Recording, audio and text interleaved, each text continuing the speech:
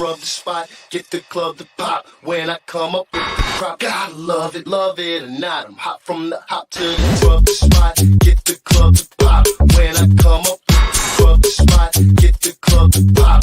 When I come up with the rub the spot, get the club to pop. When I come up with the rub the spot, get the club to pop. When I come up with everybody, we do it. Everybody, we do it.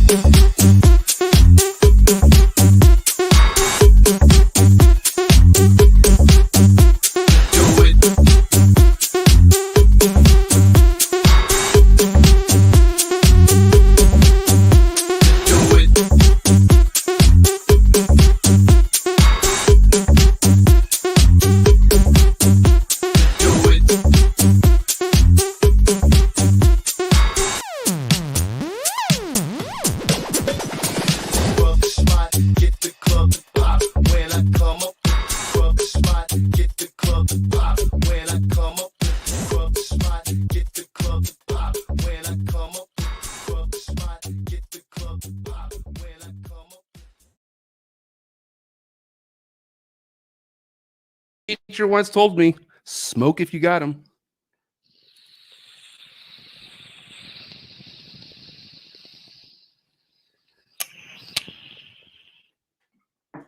Second grade teacher, shout out to Miss Knutson. She was a badass. What you're now tapped into the coolest reptile podcast in the world. I'm your boy MJ. If this is your first time tuning in, please do your boy a favor. Hit that subscribe button, hit that notification bell. That way you're on top of every single trap talk I come out with. That way you're not slept on. Any Trap Clip Tuesdays I come out with. I come out with these podcasts every Thursday, 6 o'clock Pacific Standard Time.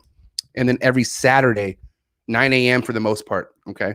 So just so you guys are aware of the schedule, I don't miss a beat. I stay on top of my shit. But yeah, man, if this is your first time tuning in, welcome. And if you're returning, what's up, my trappers? What's cracking? You guys are all up in the early bird comments. I see you guys. I'll be there in a second, man. But I'm excited for tonight. Before we get started, guys, you guys know what the deal is, man. Let's go ahead and support US ARC. Continue to fight for our rights. Let's do what we got to do to keep our goddamn animals. Nobody touching our children. So let's do what we got to do, man. Let's continue to fight.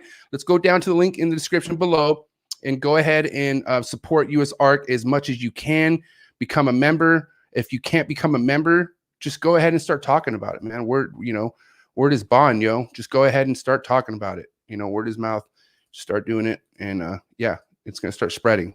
Other than that, you already know what's spread, and that's the coolest fucking goddamn, hardest, most legit rodent company in the industry, coldbloodedcafe.com, www.coldbloodedcafe.com, $30 flat rate shipping, anywhere from the day one pinks all the way to the mammoth rats, okay, professionally packaged by the team over there at CBC.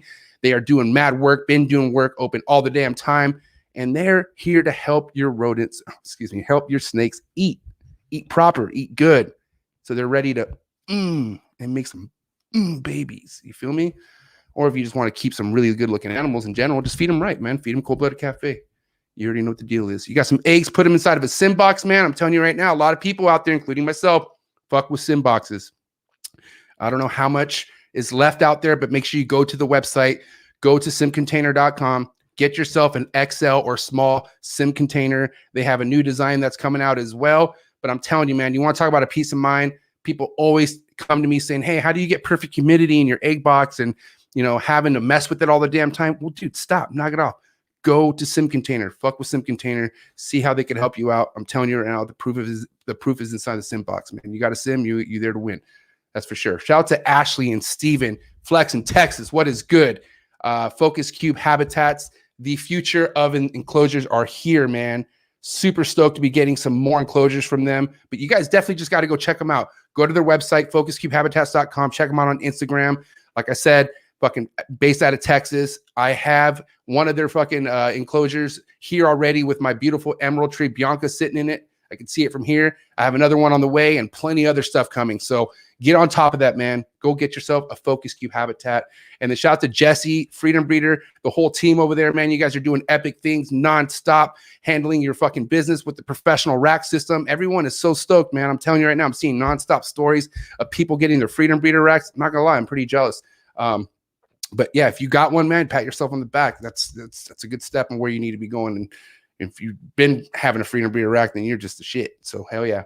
And then shout out to the big OG, triple OG, man, the one who's been setting the example in the industry, man, leading in my opinion. And that's Miguel Garcia, Always Evolving Pythons. This guy's doing nonstop collaborations with fucking big people, always getting other people interested in the game. So how can you not love this guy, man? He's doing a lot to keep this fucking game cracking, and you gotta check him out. If you don't know who the hell Miguel Garcia is, now you know, man. Go check him out right now. Shout out to Miguel Garcia. Thanks for sponsoring the channel, big dog. You're my boy, Blue. All right, man. Early birds, what's cracking, Dan? There's a lot of you guys, man. I hope I got some Texans in the building because I'm telling you, I got a big one here, and I'm not talking his size. You know, we'll get to that in a minute. But I'm saying we got a big dog in the building today, and I'm stoked. And I hope I got some Texans in the building. Like, I'm homie Andrew, Redwood Reptiles. What is cracking, Andrew? Hope you're ready for a good show, bro. HB Reptiles, what is good? Homegirl Mindy, Trap Patreon, what's good? Now, real quick, guys, if you want to support this channel more than a subscription, join the Trap Patreon family, man. We have trap sessions every Sunday, Trap University sessions going on, and we have a lot of cool stuff that we all get together and fucking just brainstorm on. And then I have, secret guests that come on and do shit for us. So go to the link in the description below, click on the Patreon link, and join the Patreon fam. We love to have you, man. So shout out to Black Smoke Reptiles. What is good? The homie Benny, who's also a part of the Patreon family. What is good, Reptile Keep? Glad you're here. What up, Junior Harvey? What is cracking? Wiz Constrictor, the homie Wiz. What is good? Homie Jay. What up, Jay? I'm sucks you left, man. Jay was here visiting. Man, did we smoke tough? And I took him to some sick ass taco shops, and we had a good time, man. Went to the Del Mar show. Shout out to everyone who I got to meet at the Del Mar show. It was all right. I'm not gonna lie. It was super packed. Like, fuck, it was packed. Like, yeah, as you can hear my energy. It was packed, super packed. But for the most part, it was cool. Got to see some homies. Got to see Andrew Antoine, the homie Mike Porter. So it was sick, man. So if I got to see you, shout out, man. What up, Harry? The homie Harry in the building. What up, Harry? The homie Patrick. What's up, Patrick? Nathaniel. What is good, Nathaniel? Good to see you here. Aurora. What's up, homegirl? Aurora in the building. Another Patreon girl. Hey, I haven't seen you in a couple sessions. Can you maybe come this Sunday? Because you're missed. Yeah, or sick. I like it when Aura's in the house, Hannah, what's up, Hannah? Another girl, that's another homegirl who has another trap support right there. I appreciate you so much, homie Angel, Reptile Club 310. Damn, I got a bunch of big homies here. He's also in the Trap Patreon. Got a bunch of trap supporters here in the building, and we're gonna move forward, okay, guys? Because like I said, been waiting for this one for a while. This is my boy, okay? He's flexing Texas, like I said. I had the pleasure of meeting him after Forrest passed away, but I already knew like that's the affiliation. It came from me knowing Forrest, Steve, and Desiree. And that's how I was able to meet this fucking beautiful human, because he was on the Unfiltered Reptiles podcast. And I was like, dude, this fucking guy, man, I need to have him on Trap Talk. And he's like, yeah, you fucking do, motherfucker. And now he's here. Blake, 2-inch. What's up, man? Fucking Texas. What is good? Blakey, 2-inch. What's going on, man? Hey, bro, true or false? You hear me? Yeah, I can. Can you hear me? I can hear you. Can you hear me? Yeah. I can hear you. True or false, Blake? Is the 2-inch really stand for? It's 2 inches from your face. Is that what the 2-inch stands for, or is it just really 2-inch? I wish, man. I wish. Blake fucking Wilson, man. I hope you're doing good. How's everything been on your end of the stick with COVID and a bunch of shit's happened, man, since I've actually sat down and talked to you like this. So how's it been? We're good here in Texas, man. Everything's opened up. We were shut down a little bit last year, but I don't know. Things are seem to be back to normal anyway around here. The dirty South. With your job and everything was okay. Like, other than, because I know you work and you do the reptiles, right? You're not. Yeah. Okay. So I was furloughed for about a month, right when like March last year when it first hit, and then sadly I had to go back, and I've been back ever since. And trying to retire though, man. I'm trying to get out of there.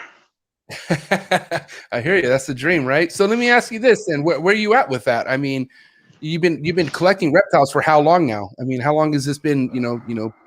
BWR. Probably. I don't know, 10, 15 years. I guess I started when I was 12. I guess you could say that. I started getting snakes anyway, and I bred my first Burmese pythons. I was 17 or 18. And just ever since then, it's just been more and more and more and more. Damn, that's crazy. Okay, so 12 years old, getting into reptiles, and then at 17 is when you were actually like breeding. You're like, fuck it, I'm doing this. And it was Burmese, right? Yeah, Burmese pythons. And what'd you do with the first clutch? Well, that was right when they banned interstate transport. They just added Burmese pythons and yellow anacondas to the Lacey Act that year, this 2012, and I just hatched out a clutch of, I think it was like normal berms and like some heck green granite or some shit like that. And man, I couldn't sell them worth the fuck. I was nobody too, you know, I was just some punk kid that had a bunch of Burmese pythons, and I think I held on to those for 6 or 7 months, and I was giving them away, man. Damn. But I didn't lose faith in it, man. I loved doing it. I loved having them. It wasn't about making any money. Right. So I mean, because I was getting 17 years old. What year was that? That was what, 2012? Oh shit, never mind. Damn, you're young, dog. You're like a Steven. Wait, how old are you? Just set the record. How old are you? I turned 27 a few days ago. All right. Well, you're definitely not. You're no Kush. Kush is a baby. So I mean, yeah. You're right in between. All right, cool. So 2012, 17. Now, what? Because I mean, like, for one thing that you're well known for is the amount of the diversity of animals that you work with. So you when did it go from berms into like the import shit, or just other, you know, zoo type quality that you have now? Well, I had berms and retics for the longest time, man, and I think I really got my foot in, you know, in the hobby and in breeding with retics.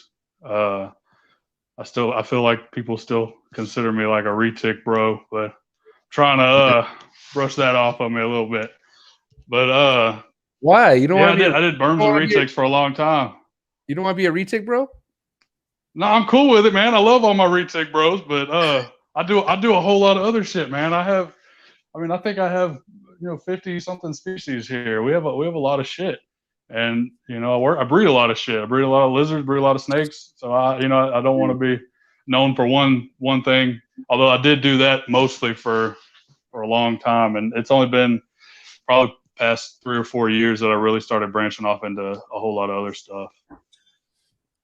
All right, so I want to talk about the retics real quick because, you know, I'm made a decision where I'm fucking gonna just let go. Because I mean, honestly, all the mainland stuff I have, I just look as pets. I don't want to breed retics.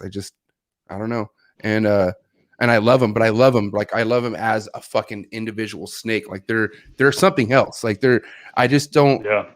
Like they're just not like. I mean, can you really tell me the kind of level it takes as an animal keeper to breed retics? Because it's not for everybody, bro. Like that's not something that somebody could be like, hey, let me try out ball pythons. You can't do that with retics at all. Like you can't.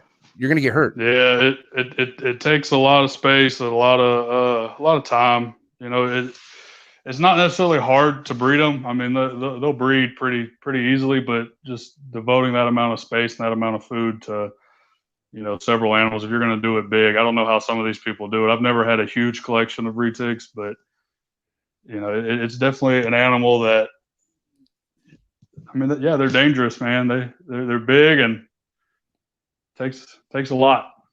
So I'll tell you real quick, Blake, why I'm so kind of not like traumatized, but I'm just like, I understand I'm at where I'm at, and I'm not a retic guy. Like I'm not, and I love them. I'm a retic admirer. I'm not a retic keeper, even though I've been keeping them for the last 4 years. But dude, they change, bro. Like my males, like I had this precious fucking my first his name was OJ, bro. OJ, the sweetest little fucking snake. I was just that guy who literally I named him, and I was just in love with it because it was my first retic. You remember your first retic? Do you remember? Yeah, I still got him. Okay, pretty. I mean, you'll never forget that, right? Like that's because let's be honest, that's insane. Like that connection. It's like it's almost like the whole thing with the monitor, which we'll get into obviously down the road here. But you know, it's insane that connection when you really fucking raise a retic from it being so small to so big. But what's insane is like when you do go to breeding, right? How their demeanor can change a lot, like crazy. Yeah, absolutely, change, right? Dude. Especially males, man. Yeah, and you know, shout out to Andrew Acevedo, you know, the homie Andrew, obviously, and I talked to Oh, I was talking to Andrew a lot, and I was actually talking to homie Kenny. Kenny just texted me saying, "What, you got the homie Blake? Tell him I said what up." He said he can't sign into YouTube, so Kenny, shout out to the homie Kenny. That's how big of an OG Blake is, because he knows the homie Kenny, and Kenny's a super OG. So this is just mad love right here. But anyways, dude, the demeanor, bro, it just switched when I paired him up. Blake, it was like fucking like. It was like The Shining. You know how he goes to the mountain and his brain, dude. This fucker. He started body checking, right? Like so one of the things I started seeing was like his arching. He started arching a lot, right? So I was like, whatever, that's fucking weird. And then I left him alone. Would see some good activity. I came back and I see a hole on his side, like a fucking hole on his side, and I'm like, where the fuck did that come from? And then that heals, and then I put him in a tub and he starts doing this, start rocking, and he bites himself. So this motherfucker bites himself. And bro, he's putting holes in himself, bro. Like, I don't know what's going on. I don't know what the fuck's going on.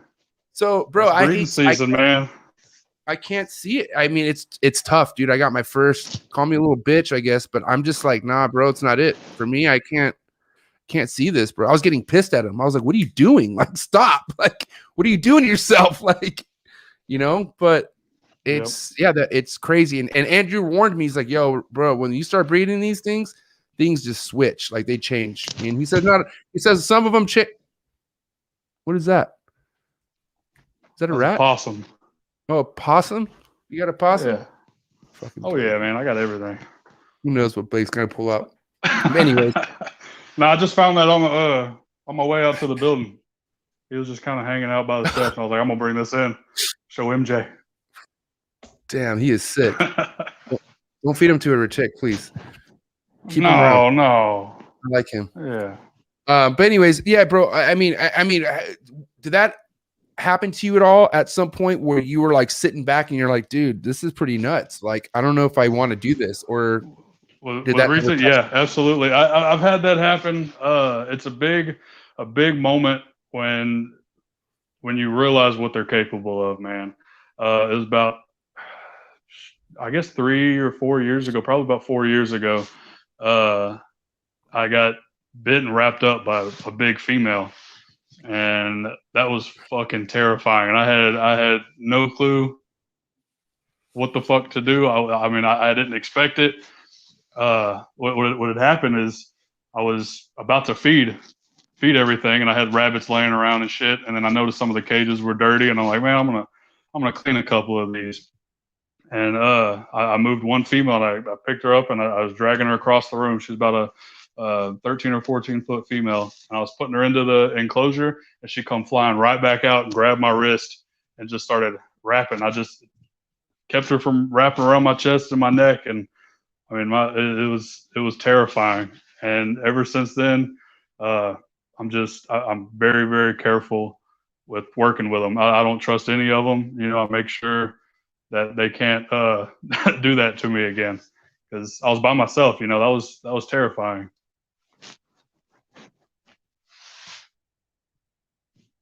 All right, sorry. Damn, bro, that's fucking nuts. Okay, so now what's the rule of thumb when getting bit? You shouldn't pull away or anything, right? Or like, what did you do when you first what was the reaction? You just stood there and took it?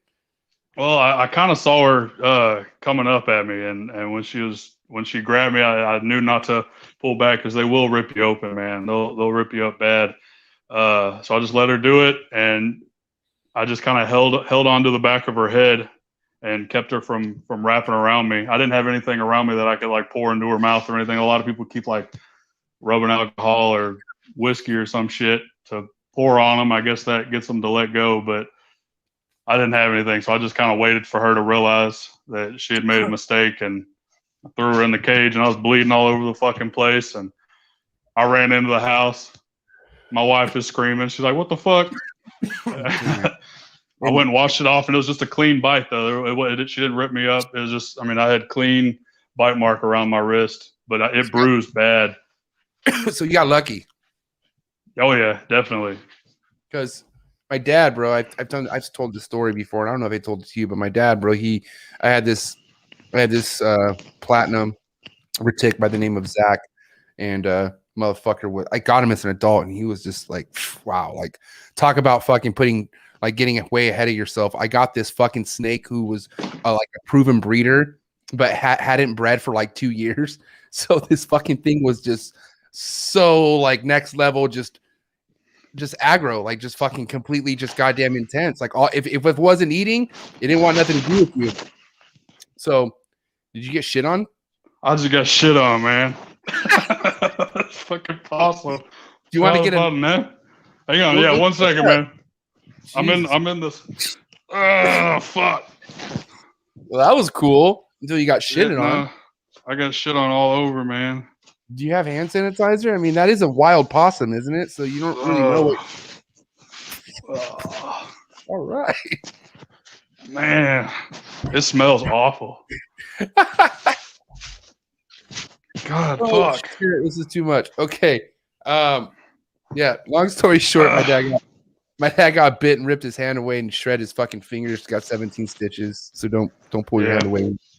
Don't pull away. Yeah, I've seen some terrible bites from retics. Fuck. Okay, now how many clutches would you say you've had? Well, I mean, I think that's too much, but let's just say how many clutches of retics do you have a year, or have you has that dialed down a bit? Where are you at with your clutches? I've never produced a whole lot. Usually, just 1 or 2 clutches a year.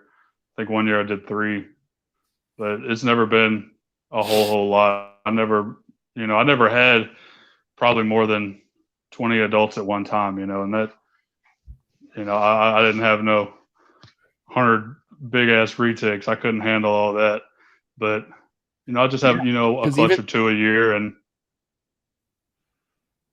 because even 3 clutches, you averaged how many eggs per clutch? How many eggs was that? They'd have anywhere from like 20 to I had one girl that would lay like 60 eggs. So it was a lot. Yeah. Dude, I had 2 clutches 1 year and it was over 120 eggs. Bro, what the fuck? I hatched my whole season. I hatched just over 80 eggs. Your one snake almost hatched my whole season. That's fucking nuts. Yeah, man, it's crazy. And now, how easy was it establishing those? I mean, are retics pretty easy, or are they kind of like hit or miss? I don't think it's hard, but I don't know. I haven't had a whole lot of trouble with most things breeding. I just kind of, I don't know. I don't think I'm doing anything different, but I haven't had really any trouble with breeding retics. It seems they breed pretty easy. You give them food and water and a place to fuck, and they do it. They make babies.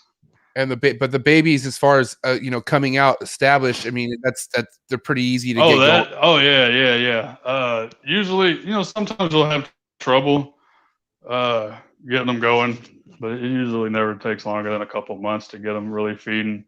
They're usually not too finicky. I actually had a 1 clutch last year that every single fucking baby ate the first time on frozen thawed. Like the first time I fucking offered food, it was the coolest fucking shit ever.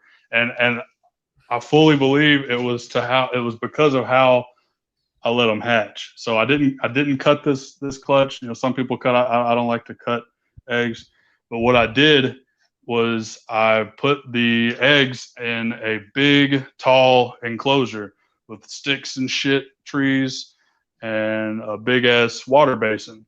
And I put the eggs in there and let them all fucking hatch. And every single fucking baby went to the top of that tree thing, every single one of them. And they stayed up there and they swim in the fucking water and they do their fucking thing after they hatched. I didn't fuck with them until after they shed. And then after they shed, I separated them in little fucking baby racks and shit, And then I offered them food and every single fucking one of them ate frozen thawed mouse or rat or something, whatever the fuck it was.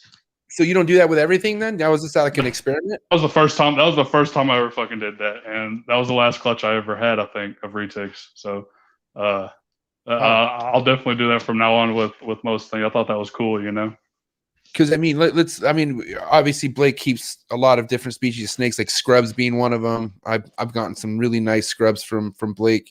He's legit ass fucking dude to get scrubs from. Anyways, that's right. Yeah.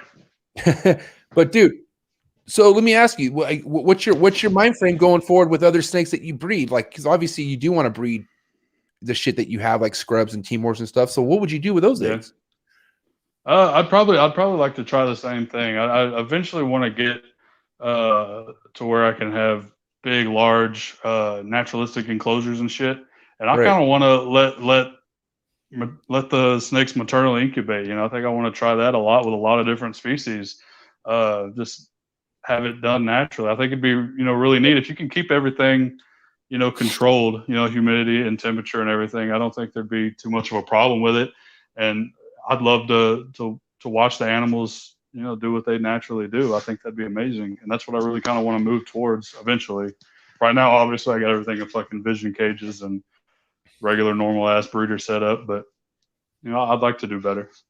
I wonder, because like, I mean, we could all shoot to do better as a hobby and work on better practices. And I wonder if somebody could just, I don't know. Do you think it's just easy things to follow when it comes to maternal incubating to where if everyone does it, we'd be a lot more successful? Or is that just fucking like, some people could garden, some people can't garden type of shit? You know what I mean? Well, I feel like a lot of people don't keep their their enclosure. Like, I mean, something like this, I think I'd have a hard time keeping the eggs a perfect temperature, because I don't even heat these enclosures. I heat this fucking building. Like, right. I'm sweating my ass off right now. It was a bad idea to come in here, but I kind of wanted to have a cool background. but I'm hot as shit right now. But I feel like it's too hard to kind of control that. They need kind of a more perfect environment, and so I understand. I incubate everything and artificially, in a big incubator, and right. I don't think I'd let them do it in cages like this. But I feel like whenever I set up big naturalistic enclosures with heat gradients and lots of leaf litter and things that they can nest in, I would really love to give it a try. Yeah, that's I really might neat. fucking fail. I don't know, man. That's all. I mean, like, that's the people I give the most props to. Is like, you trying shit to fucking break shit, like revolutionary. Yeah, you're trying to make shit happen. Period. Yeah. No, but for reals, that's sick. I just, me personally, I'm not there yet at my like experience of breeding. I want to just fucking get the for sure route. I'm not ready just to maternal incubate anything yet. But it is, honestly, I will say it does seem pretty sick seeing other people do it. The homie Socrates, his very first chondro clutch back in 2010 was maternal. Like he let the fucking female do all the work, and it was pretty trippy to see that. I mean, to hear about that and shit. So yeah. But all right, so Reptiles, obviously, that's you want to be known for more shit. So let's talk about like something else that you're into now that you're really looking forward to like start showing some progress on and whatnot.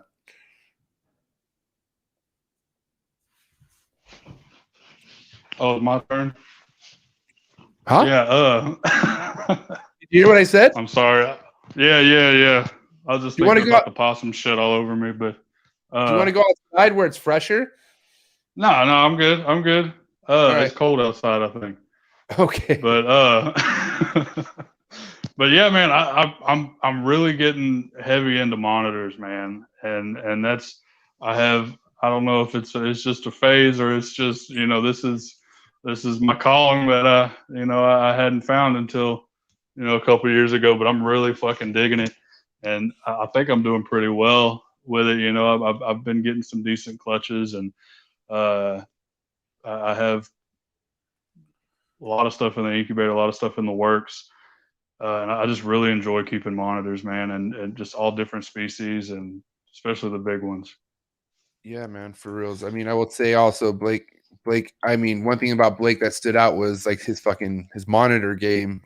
Black Dragons being one of them, one of many. I mean, how many years have you been producing Black Dragons for now?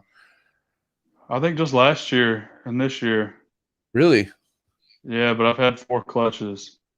4 clutches. So 4 clutches in the last 2 years. Yeah, and I got another one hatching in about 2 weeks. So Black Dragons, and I also have High Contrast hatching in about 2 weeks.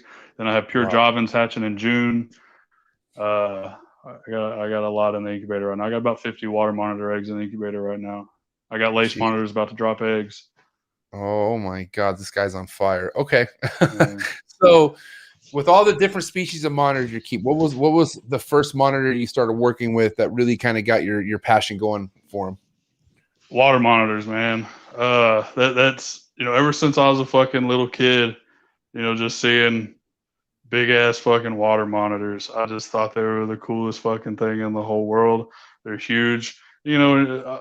There was YouTube when I was a kid, and I'd see these people with these giant friendly fucking lizards, and I always wanted that, And then I think I bought my first one probably 5 or 6 years ago, maybe 7 years ago. And he was just a Javan male, wild caught, and I still have him actually. He's the father to the clutch that's incubating, and yeah, I got him, and he was a fucking asshole, and he sucked, and he was nothing like the fucking people on YouTube, and almost ruined me, but I still fucking loved him. I thought it was still cool. And then my buddy Paul Lucas produced some black dragons with Jim Heck.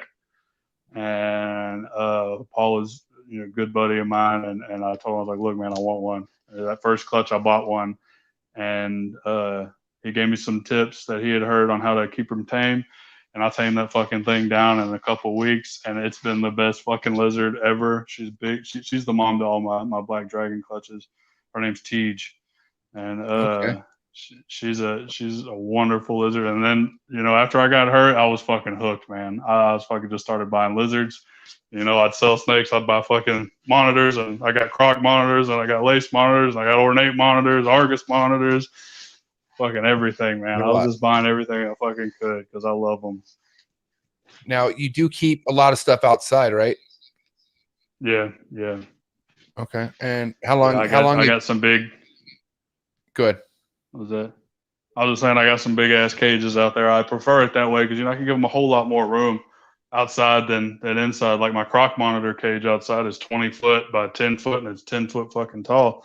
So they're climbing all over the damn place. They got trees and shit, and they got a little pond, and they got hides, and I got the whole thing. I got like a sunscreen on the top so it doesn't get too fucking hot, because croc monitors don't like it super fucking hot. They live up in the canopies and shit, and I noticed they didn't like full sun, so I kind of covered it a little bit. And man, I just love fucking watching them out there. I love seeing all the lizards outside and having a whole lot of extra space to do lizard things.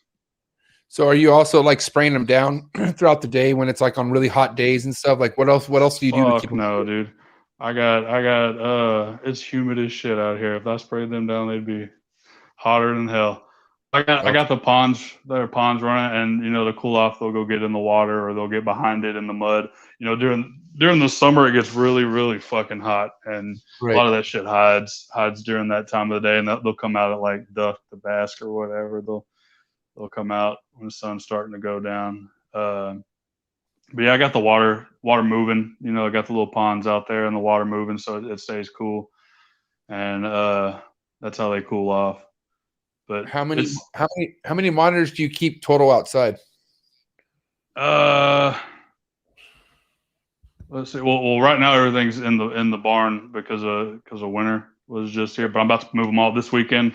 I'll have time to move everything back out. But I got I keep the croc monitors outside.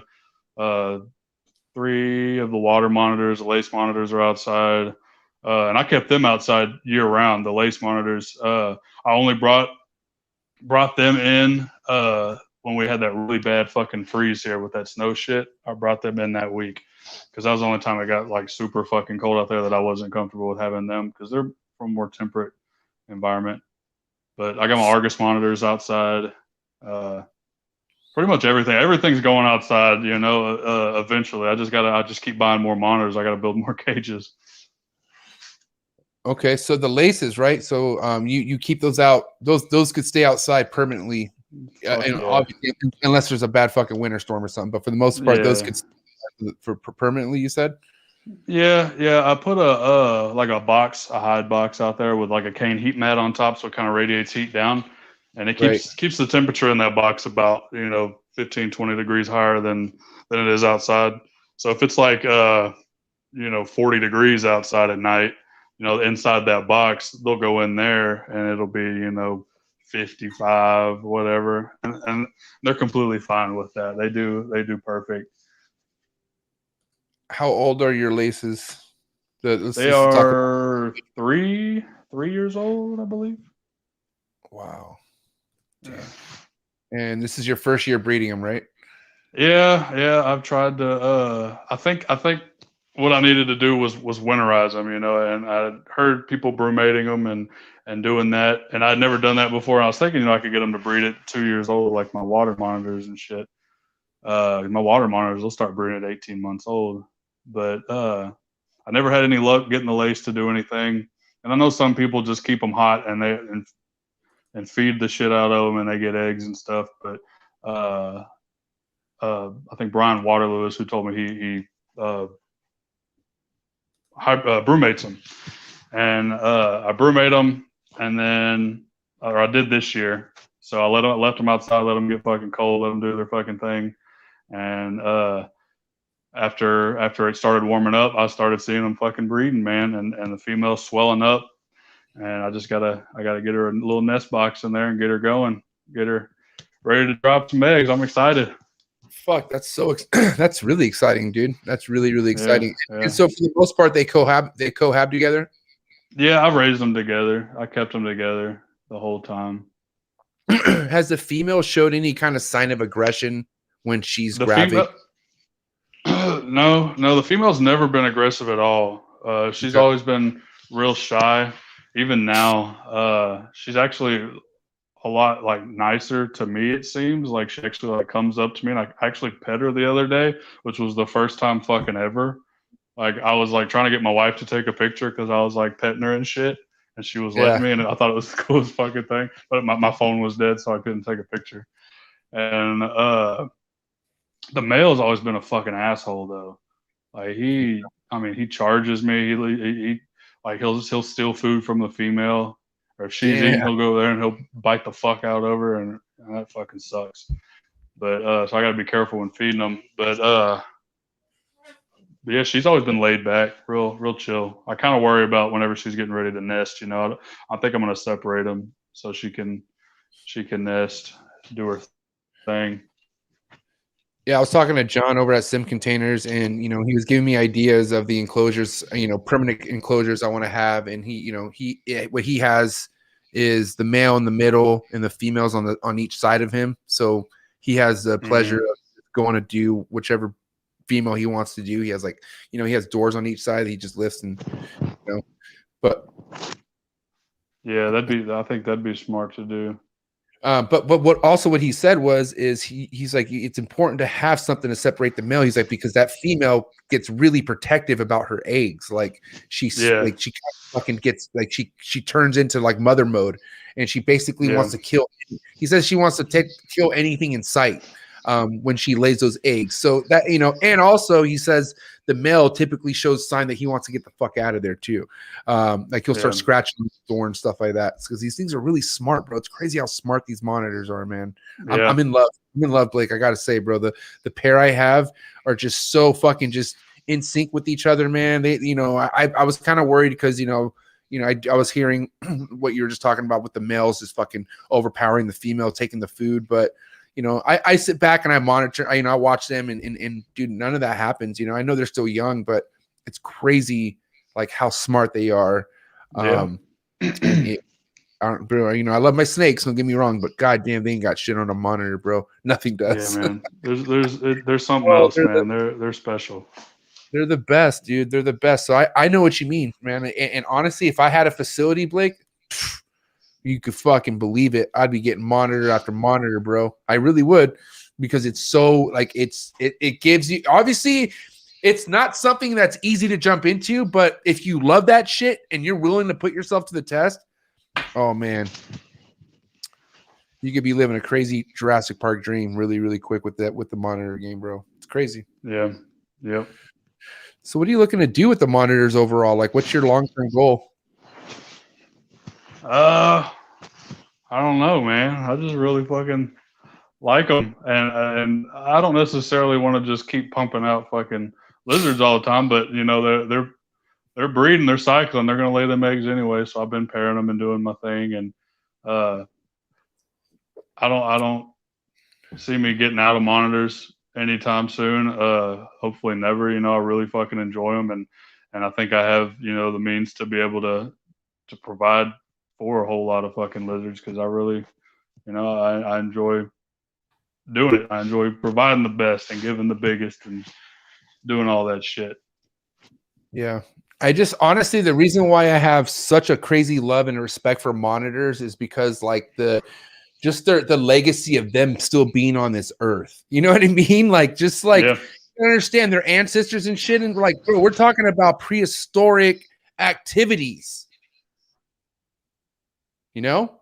Like, yeah, like just, exactly. Really, I look forward to it every morning. Every morning I fucking Like turn fucking on dinosaurs, man. Oh, you need to get some fucking croc monitors, man. No. That is the craziest fucking shit.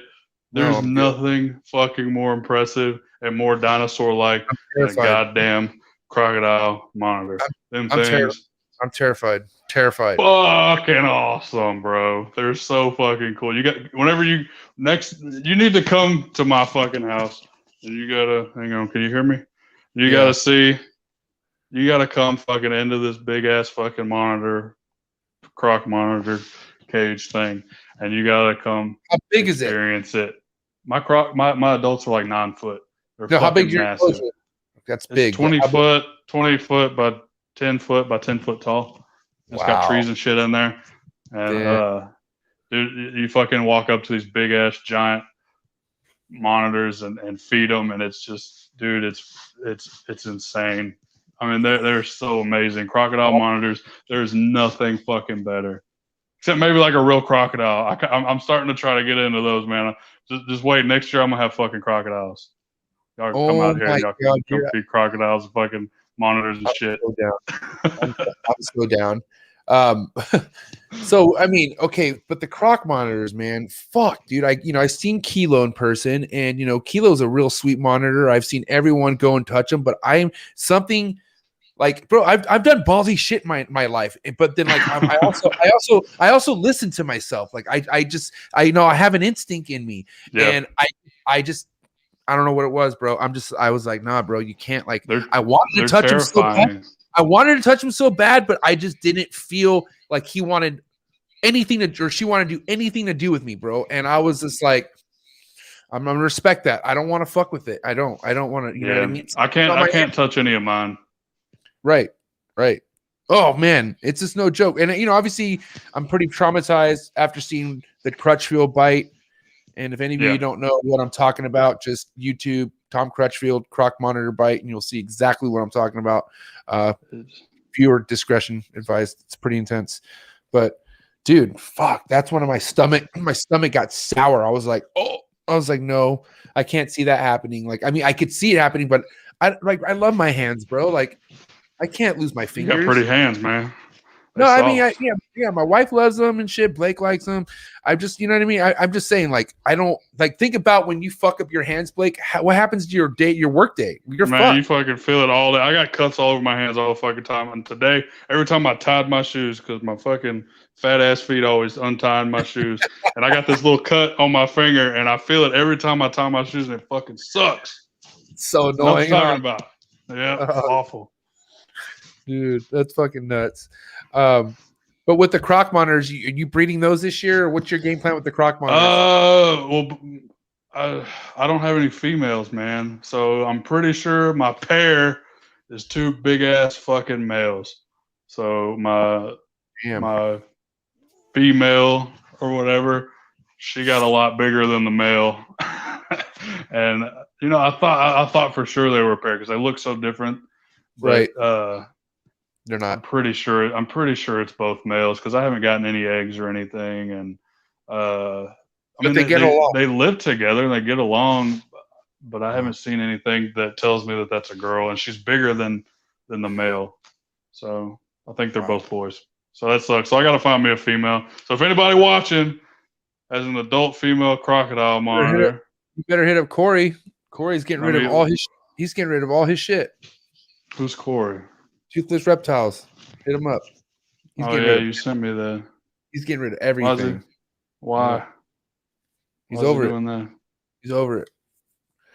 What's up? He's over it. That's I don't know. lame. Yeah. I get it. Like he's he's an extremist, dude. Does a lot, but still, like, I can never see myself getting the fuck out of like an animal. It's like kind of just like giving up a kid or something. Like, and this is just me personally. Yeah. Like, Corey's my boy and shit. I got nothing against Corey. He could, he could fucking do what he wants, his own man. But like, yeah, he's fucking just like, well, I did what I had to do, and I don't want to fucking have this burden over, on my property no more. And he does have kids that he's worried about and shit. So, but yeah, he's getting. I think he has 8 or 7 monitors altogether, but they're all proven adults and shit, and they're all He's not keeping any of them. No, every single Nothing? one. I think he wants. There's no way I could fucking do that. It ain't about the breeding and shit. I have them because I fucking love them. And even if they didn't, like the 2 males I have, the 2 crocodile monitors, I'm not selling one of them to get a female. I'm keeping both them motherfuckers. I don't give a fuck that they're both dudes. I fucking love those lizards. I raised one of them up from a baby, and the other one, a friend of mine sold to me or traded to me. And I love these fucking lizards, and I don't give a fuck if they breed or if they take up too much fucking space, or they bite my damn hand off or whatever. I like having them. They're special. It's amazing. And like I said, there's people in this industry or hobby or whatever with different motives and to each their own, right? And everyone has their own fucking deal with what they do. But I got into this because of the love of this shit, and I don't goddamn, I just can't picture my life without what I have right now. It's like, yeah, that's what I'm thinking. Like I can understand getting overwhelmed with it, because I've been there before I hired help. I'd get so fucking overwhelmed with the snake building and the constant cleaning and the constant feeding and the care, and I'd let it slack and it would just bother the fuck out of me. And I was stressed constantly, and so I understand getting overwhelmed and wanting to quit, but I don't think I could ever not have just 1 or 2 pets. Like I don't understand selling everything, like, or have something. I don't see how he can do that. I'd have to keep 1 or 2, man. Is 60 G's a good price for all that? I don't know what he has, man. I don't know the guy. I've heard of him, obviously, but I don't know what he has. A pair of proven adult croc monitors, and then he has a pair of proven bell laces. Okay. All right. One's a visual, one's a normal, just so you know. Okay. All right. And then he has a proven pair of black dragons. All Onyx. Right. And like, she's really legit. And then there's like I think just I forget, like a Partho fucking Asian water monitor, but I think that's it. That's all of it? That's all of it for 60 G's. How many monitors is that? 6. 8. 6? I'm probably 8. Okay, I'm probably missing one, but that's, I don't know. Like what I mean, I still feel like with proven stuff, I mean, what maybe, I don't know. I don't know. I mean, a proven croc monitors, I mean, with the price right now, I don't know. I'm sure it's a great investment for somebody. You'll make that money back first year you start making babies with any of that shit, I mean, the value of baby croc monitors, if you hatch croc monitors, you're gonna you can sell the babies fucking $6,000 a piece. You know, your lace monitors, that's I think they're like $3,000 or $4,000 now, but still, that's a lot of fucking money, and you'll make that money back. So it's probably worth it. It's probably absolutely worth $60,000. I wouldn't fucking do it. I'll buy some fucking wild caught shit. I don't give a fuck. I'll pay $1,200 for a wild caught black dragon. I just fucking did. My boy Chris Murray, man. I bought me a big old male from him. Big old black dragon. Mean as damn, this thing is mean as fuck, man. He tries to kill me. Oh shit. I love him. He's so fucking awesome. But yeah, wild caught, man. Fuck it. I'm gonna get into the wild caught stuff, but before we do, man, I want to say Blake's a hardworking guy. I'm a hardworking guy. We don't need to be here, but we're here. But I will easily take this shit to Patreon page if you don't get those fucking likes up. All right. So there's about room for about fucking what? Let me do the math real quick. 7 likes, 10 minutes. Better have those fucking likes on the board, or I'm stopping this shit and I'll go to the Patreon page. Don't fuck with my man Blake. Anyways, continue. Don't fuck with me. Saying some respect on his name. But imports, Amen. man, you're down to roll those dice. You're not scared of imports, are you? Fuck no, man. I love import. I prefer import. Well, personally, I know a lot of people don't like that shit, but I prefer, new bloodlines and shit. I love fucking wild type animals. I love locality shit. I love, I don't know when it comes to breeding, new bloodlines and shit. Like that's why I got that wild caught black dragon. I could buy a black dragon from, anybody produce them and have a different bloodline than what I have, that I'm working with. But I wanted wild caught one because I wanted that new bloodline, and I'm not worried about anything like you can treat them for parasites. You can work with. I've dealt with so many, it doesn't bother me any, and I like having that kind of stuff around. Now, let me ask you this, bro, because obviously I keep chondros and emeralds, and why I'm fucking terrified of imports is because of my freezer full of imported chondros and emeralds. Are you like you're not in the chondro game or emerald game, correct? I tried a few last year. I want emeralds, dude.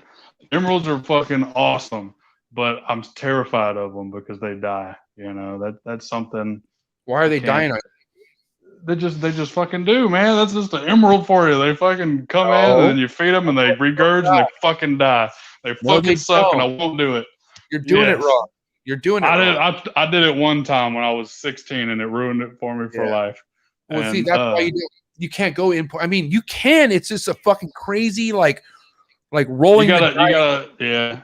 It's but not my friends over at Fascination Herps, Eric and Kristen, I'm sure you've heard of them. They have a group of wild caught emeralds that they've raised that they imported, and they're producing babies. They produced several litters last year, and they're breeding now. So they'll have more litters, and that's amazing to me. I'd love to get some from them, and I think that's what the route I'm going to go for my emeralds is I'm going to get some from them because just have a better chance at producing something like or having something like that. I'm not experienced enough for no wild caught emeralds, but wild caught, scrubs and fucking monitors and shit. I'm all about it. But emeralds, man, I ain't experienced. I ain't on that level. I want to be one day, but it's just like, bro, nowadays, bro, like your chances of getting a imported emerald to get thriving with no issues is so slim to none. I'm not saying it's impossible, but god damn, it never goes well. One of the groups I'm a part of on Amazon Emerald Tree Boa page, and man, it's like clockwork. Someone posts like, hey, just pick this emerald up from a pet shop. It's not eating, blah, blah, blah. And it's like everything has the same outcome. It's fucking sad. Yeah. But there's simple steps you got to take and do, but quarantine's the biggest one. But I'll tell you what, Blake, if your snake's throwing up, then there you go. Your snake was never healthy to begin with, period. So I'm trying to make my phone not die, bro. Blake, I don't know what happened. Hang on. It's all good. If you do get kicked out, just go to the email. Like you could get a charger, go back to the email, click that link. Blake Wilson. Blakey 2-inch, ladies and gentlemen. Guy's awesome. But no, okay, I'm gonna say something real quick. Whoever was following me and watching my story over the weekend realized I was at a pet shop, right? So I was at a pet shop and there was this big ass display, like, full fucking like bio fucking display, plants, all this shit. And on the glass door, it said day geckos. And then it said emerald tree boa. And then it said, can you find me? So I'm sitting there, I'm all blazed and shit. So I'm sitting there and I'm like, all right, I could find this motherfucker. It's like, where they at? And I'm looking. And then I look down and they have like a little water area. And I see a floating fucking gecko. So there's one gecko and he's out. He's done. Right. So I'm like, where the fuck are the other ones at? And I'm looking. And I have one of the homies who actually works in the reptile department. And I pulled him. I'm like, yo, where's the emerald at? I'm trying to find the emerald. He's like, it didn't make it. Did it choke on a day gecko? I don't know. I didn't ask him that. I just was like, fuck. Sick ass setup. But and Jay knows what I'm talking about. He was this. Jay was there. Jay, just so you know, Jay was there, and I'm not making any of this up. As funny as it sounds, I did not make this up. But at the end of the day, guys, you don't go to the extreme with an emerald. I don't care. Fuck, be at a zoo. Okay, that's cool. But man, if you are somebody who's just getting into a species, period, don't put it in a fucking bioactive enclosure right away. You could get there, don't get me wrong, but quarantine the damn thing. Put it in a simple enclosure over paper towel so you could see if there's anything coming off of it. There's this, I'm telling you, like, it isn't impossible to get an import emerald or chondro thriving if you take the right steps. But then there's also other facts too. If your emerald throws up on you, your emerald's not healthy. Your emerald's sick. Bottom line, your emerald shouldn't throw up. And I know that from experience. Blake, where the fuck are you? This guy is too much. Doesn't have his charger. But yeah, man, I hope you guys are doing great. I'm going to smoke. I hope you guys don't mind if I smoke. But dude, I have a lot of action going on right now. Is anybody else getting some action right now with your snakes, ovulations? Bro, dude, I'm not going to lie. It's April. Normally by this time I would have some pretty banging fucking ovulations visually, you know what I mean? But I haven't really seen much. I know bitches are pregnant, because I could feel it, but I just haven't seen much movement. But dude, now I'm starting to see shit. White-lip python, man. I got my white-lip python who's in a prelay shed. Huge. I got my mangrove right here who's about to go into a prelay shed. Big, and then I got my ball pythons are going to be blowing off the chain, dude. I'll tell you that right now. Off the chain this year. So you guys got to follow me. If you're like, man, this guy MJ, sick podcast, what else does he do? Dude, I don't just talk. I fucking breed some really cool shit. I keep some really cool shit. No disrespect to a lot of other podcasts out there, but dude, they ain't keeping this kind of shit. Get the fuck off my, you know what I'm saying? Like, bro, come on. Check me out. Go to my fucking Exotics Cartel. And then obviously go follow the Trap Talk with MJ podcast, okay? And go see what I got working with, man. I'm telling you right now. And then I also got the sickest homies in the game, Socrates, Stephen Cush. You got to go follow those pages as well. I hope Blake is okay, but I hope you guys are doing good. Sit tight with me. I know Blake is, Blake's not out. We still have a lot more to talk about. So, and I could go on, but I do want to smoke. So I was going to play a song for you guys, but I don't want this to get monetized. So sit tight. Oh, here he is. Wow. Here we go. Here he is. Blake Wilson. Can you hear me? Yeah, Can you hear me? All right. My bad, dude. My fucking phone died. Are you okay now? Yeah. I went and got a computer and put it. I'm in my mom's kitchen. Oh, sweet. Okay, cool. There might be a feedback, but I just want to make sure there's no feedback. Hold on, give it a second. Oh yeah, so I can hear myself. Do you have headphones? Can you plug your headphones in the computer?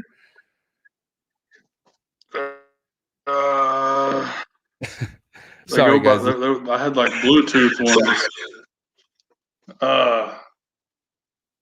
The ones I had were Bluetooth, so I don't know, man. Okay. I think we'll be okay. We'll be all right. Let's just roll with it. Here, I'll turn the volume down.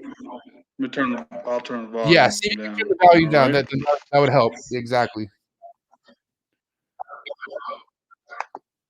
Now talk. Say some shit. What's good? Can you hear me? Is it still? Can you hear me? Yeah. Yeah? You can hear me? Is it better? Yeah. Is it better? Yeah. Yeah.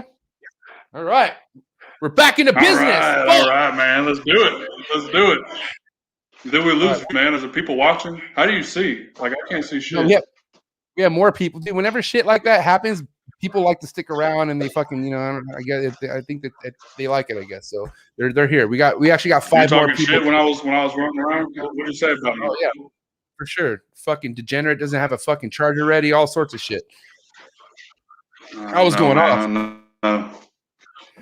I was going off. No, I'm just kidding. I know. Oh, my bad. What were we talking about though? We were talking about croc monitors, right? Yep. Okay. I think. So you're looking for bottom line with the crop Yeah, we were monitors. talking about crop monitors.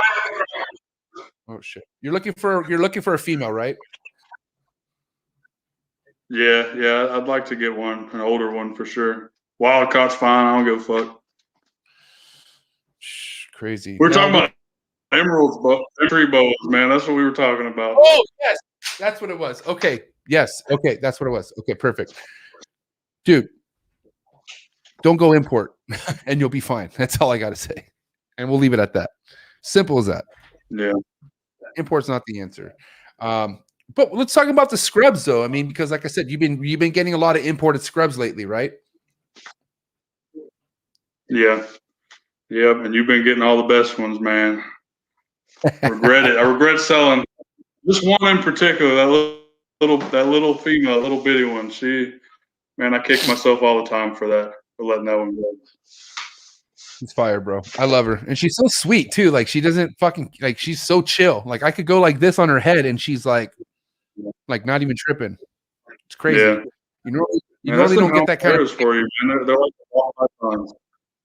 Yeah, they're like ball pythons of the scrub game. You normally don't get that behavior out of a scrub. You know, like scrubs are normally fucking. You know, they're it's Rip City. They're ready to fuck you up. You know what I mean? Absolutely. That's my shit, man. What's the biggest scrub you keep? My in my personal collection, I just got some small. Well, my Halmahera, I guess, my male that I've had for 4 or 5 years.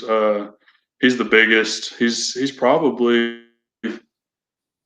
I'd say he's probably 10 or 12 foot. It's hard to tell because they're real fucking lean, you know, but they're long as shit. But he's probably the biggest. And the rest of the ones in my personal collections are smaller ones that I've been raising up. I have that big Kofi Owl male right now. He's about as big as my Halmahera. Can we? I'll take. I want it. Okay, okay, listen, slow down. I want it. Okay, Oh yeah. You know I want it. Okay, can we just talk about it, please? I know. Talk about it. Jeez, man. The little Kofi Owl boy. Blake, he's beautiful, man. He's gorgeous. Look, the picture you sent me was terrible. You sent me a terrible picture, by the way. I know. I'm not good at pictures, man. I don't know. I can't take pictures worth the fuck. But I have people right now fucking probably text me trying to get me to send them better pictures of fucking snakes. I already sold them, and I'll send them some more that look like shit, and they'll get mad at me. And I just fucking suck at it. I'm not a photographer, and I try my best. I do what I can, but yeah, man, that's and you're gonna. How long, Blake, have you been working with the imports and selling them to people? Just the past year or so, I've been started to I don't import or anything, but I get a lot of good stuff from different wholesalers and my friends over at Fascination. I get a lot of animals from them, and I get to handpick shit that way, because I don't like to, when you're importing, you're getting a whole lot of other bullshit, and I don't want that other stuff. I want scrubs, I want monitors, I want shit that I like, and I buy enough that I could sell a few and keep what I want. That's what got me doing the scrubs. Is I started just buying every fucking scrub that I could come across, so I could hand pick what I like and what I want, and then sell the rest. But sometimes I let some good shit go, like that little baby I sent you. That was a fucking mistake. Whatever, bro. There's nothing to do. I had to pay for that shit. It was worth it. Worth every penny. Worth every fucking penny. I'll say right now. That thing. And Steven I think I should have charged more. Actually, I think you got me. You got me, man. Can you chill, please, with all that? Oh man. Because we can talk about We could talk about what game you're trying to get into where you're gonna need my help, my man. And that's the ball pythons. What's up? Fuck yeah, dude, I am. I'm getting heavy. I'm trying. I feel stupid asking people questions about ball pythons all the time. I feel like nobody takes me seriously. But I like them, man, and I wanna get into them. That's so funny, dude. I feel like no And one I don't takes me know fucking seriously. anything. That's so crazy, bro. But you're confident you're gonna do really good in it, though. Like you told me you're gonna take over, right? Fuck yeah. I know the fucking game, man. I know. I got this shit. Blake is taking over the ball python game. He said it, and then he's gonna get out. He says he's gonna take over, and then he's gonna dip out. That's right. That's pretty wild. I'm gonna be a legend. Your kids are gonna talk about me. Be like, remember that guy, Blake, the ball python king? And they're gonna be like, yeah, man, what the fuck happened to him? I'm gonna be a legend. A legend. I heard he took off in the mountains and fucking never mind. There's no mountains in Texas now. I take that back. Oh man.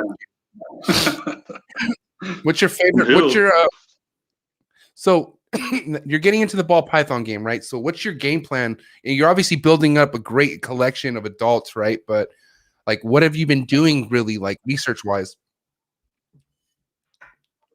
I just ask my friends what the fuck shit is. I got friends send me pictures, and I see pictures of people on Instagram and shit. Man, I don't even know. It was like maybe a few weeks ago, probably whenever I mentioned it to you. That was the week I decided, hey, I want to fucking get ball pythons. I want to get some, and I bought a fuck ton.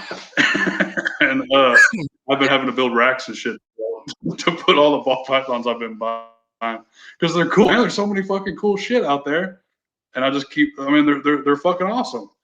And I don't know, man. I've been learning from looking at Morph Market, I guess, and my buddy Shane at SC Constrictors, he sends me fucking pictures of ball pythons every goddamn day. That's kind of probably what sparked that, is because he would send them to me because he got into, and he would send that shit to me. And I'd be like, man, this is fucking stupid. I don't fucking give a shit about this stuff. And then every once in a while, I'd just be like, damn, that's fucking cool looking. He'd send some fucking shit that it looked amazing. And then finally, it was like, man, some of this stuff awesome, And right. I started kind of looking around, and then obviously, I do a lot of shows. I see these motherfuckers making money, and I got cool fucking shit, and I ain't making that money. So I'm like, look, I got to do this. I got to fucking jump in, dick first, and fucking make all the money, and then dip out, man. That's it. Fuck. That's so crazy, man. You bred ball pythons before, right? Like at one point. I did what? You bred ball pythons before, right? At one point, or no? No, never ball pythons. See, I ain't on that level yet, man. We talked about the levels we're on. I ain't that kind of experienced yet. I'm strictly lower level shit. But I bred like blood python or Borneo short tails before. That's kind of the same, right? Similar. I've never bred short tail. I mean, maybe. I mean, I've heard they're pretty similar, but right. I don't know, man. I feel like all snakes are the same. It's all fucking easy. I bet if I get a lens python, I'll breed them in a V70. I'll be fucking hot, man. Easy. Dude, oh my god. There's actually supposed. Huh?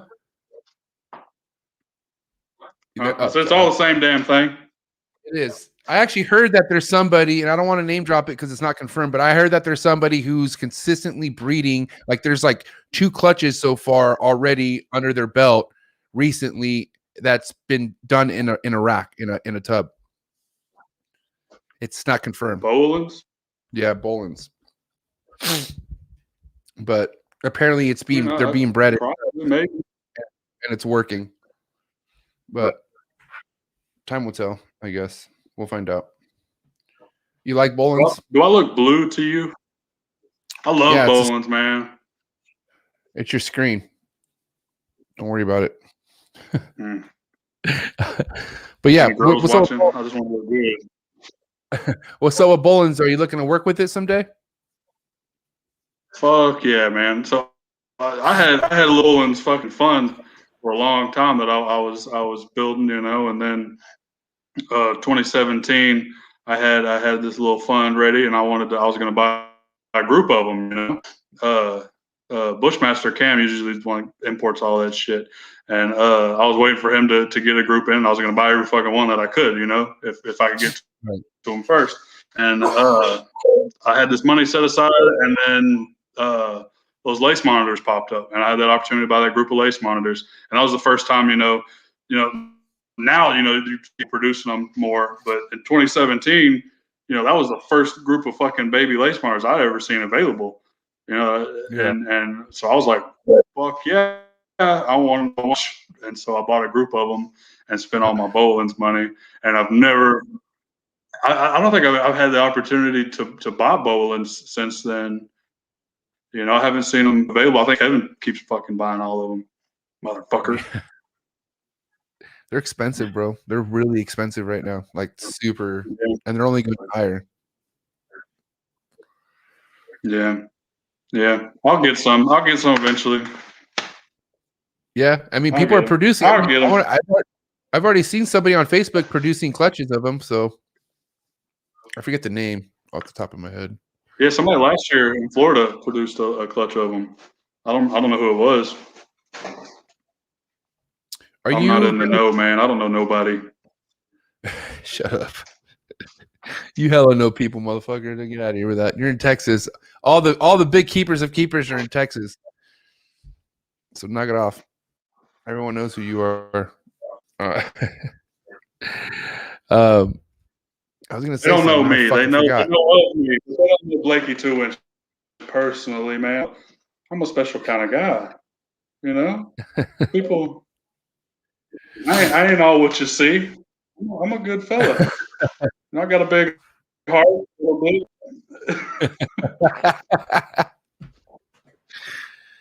Let's talk about the facility you were telling me about a while ago. Though you plan on getting a 12,000 square foot facility. Is that right?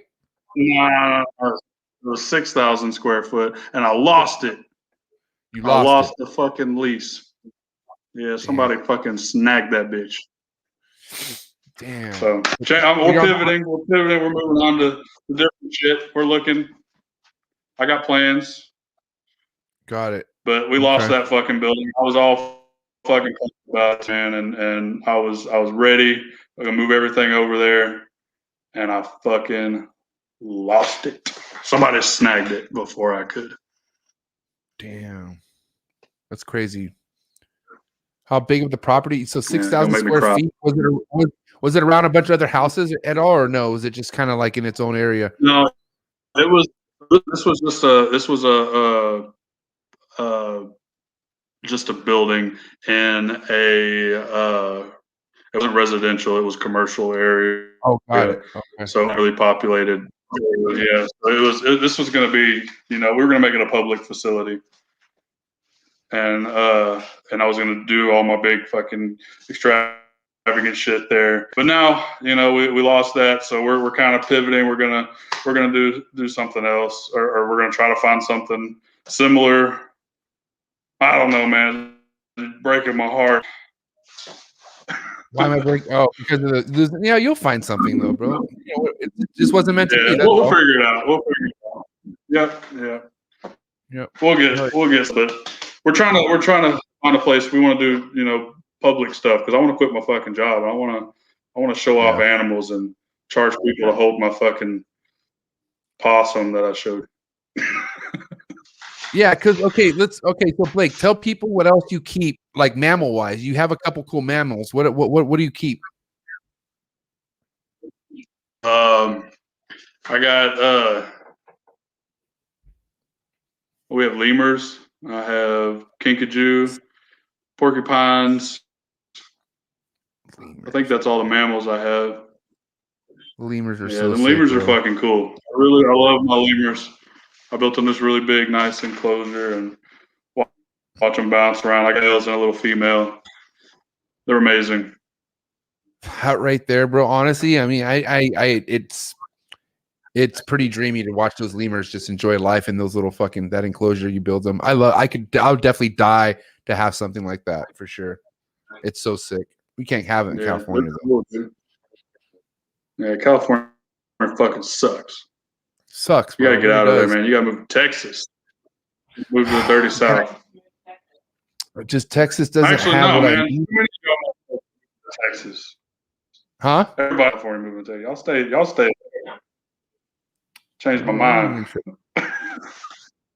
Bro, you know how many Californians went to Texas already, right?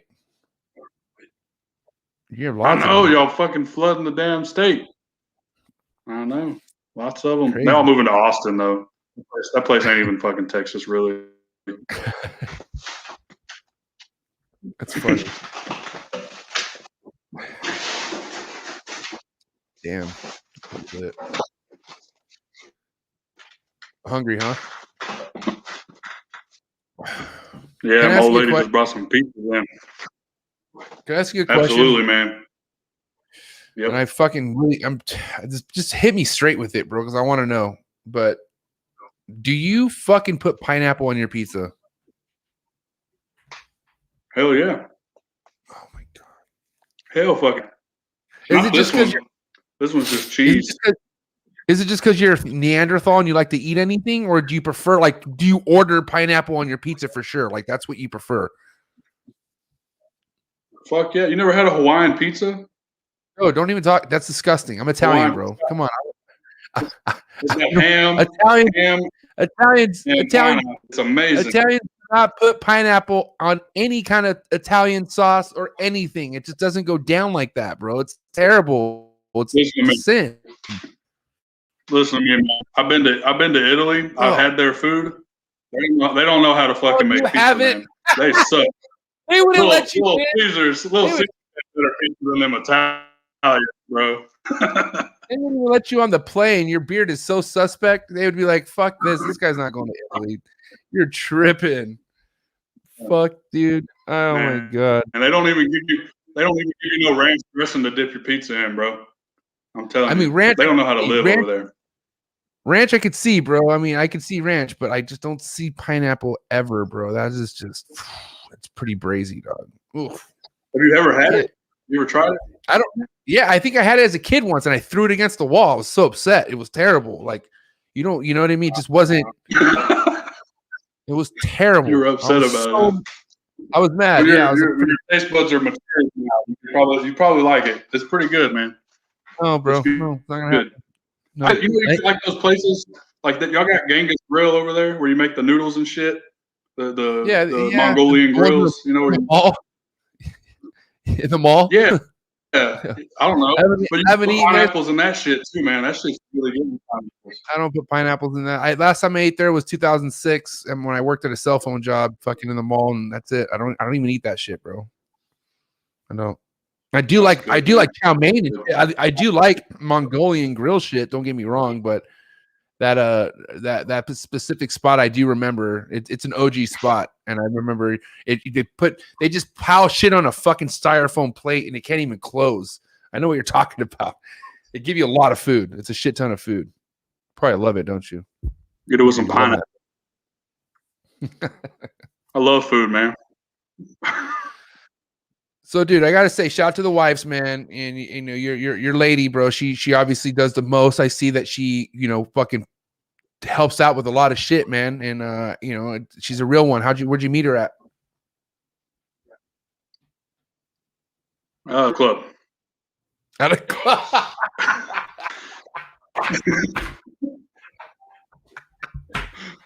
What club? Don't tell us. It's called the Salty Clam.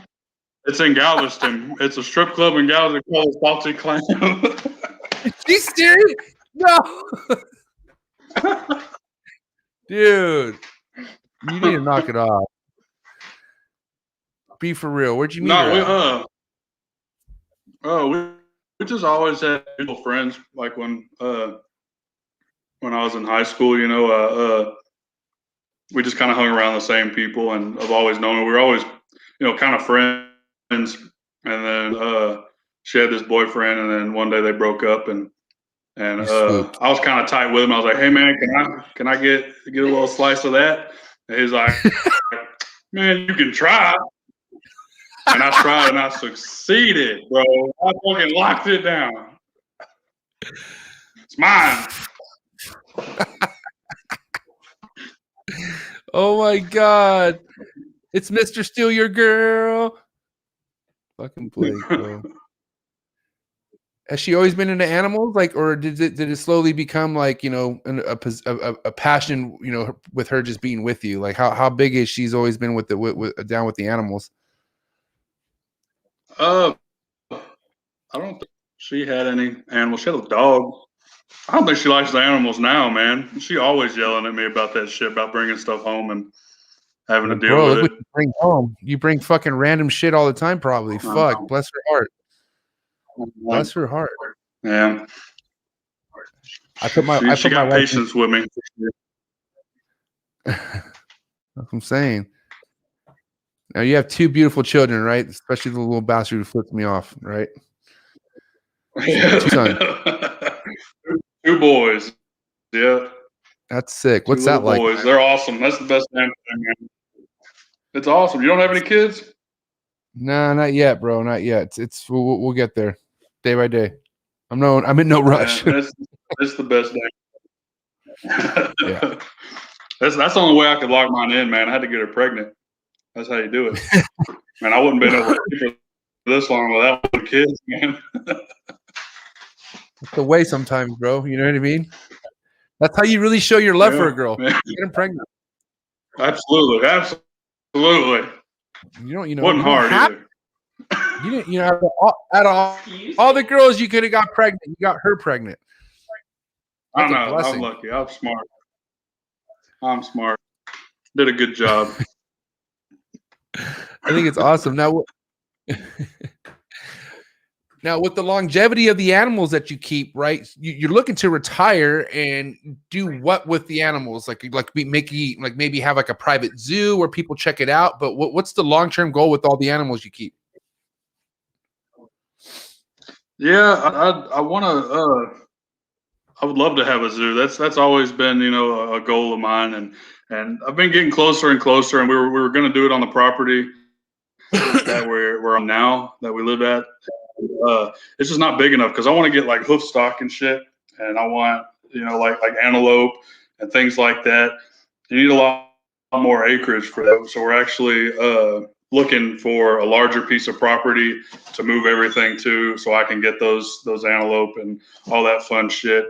And then I'd love to have a public facility that I take and show people the animals, and you know, that'd be the best thing ever. I love showing the animals. I love teaching people about the animals, and just, I love money, man. So making money doing shit you like to do, that's the goal. Well, let me ask you though. I mean, because see, a lot of people frown on bringing up the fact that money could come with the animals, but that's the truth. Like, it's the truth. It really is, right? Fuck yeah, man. Money likes money, and it's, you make a lot of money with animals, and some people say it as, you know, you're not like objectifying the animal. You're not doing anything wrong, you know, but you're teaching people about these animals. You're showing people, you know, something that they don't get to see all the time. They get to interact with something, right? You know, that they've only seen in books, movies, and shit. And that's amazing. You're not harming the animals in any way. You're actually probably helping them. You're helping, you know, you're educating people that wants to protect these animals. You know, conservation and shit. All that good shit. Right.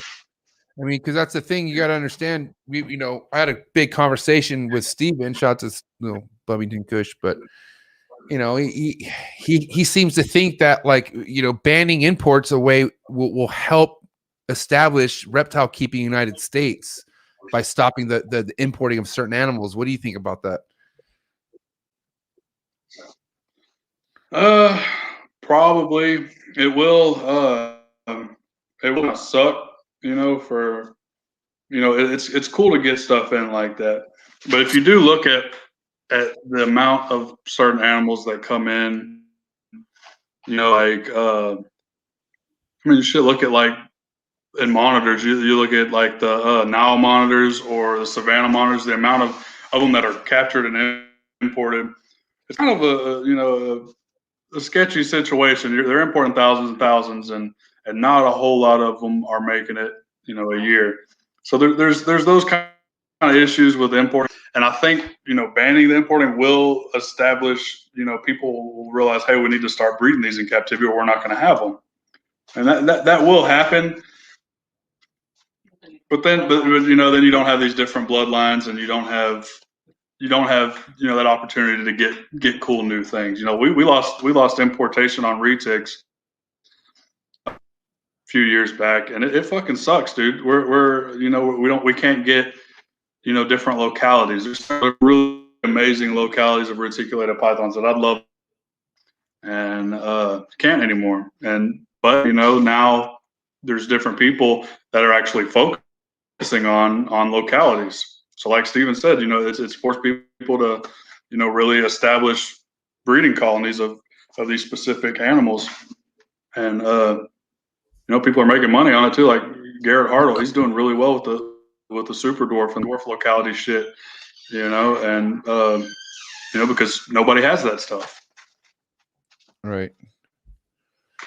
Now you have a lot of sick shit, bro. Like you have some Slayer stuff, right? Am I right? Or no, am I tripping? Mm-hmm. Mm-hmm. You have Slayer. Yeah, I have a few Slayers. Sulawesi too. You have a Sulawesi too, right? Real beautiful fucking big one. Am I tripping? Yeah, yeah. Real big male. Yeah. And I have 2 Jampea females, and I have Bollies.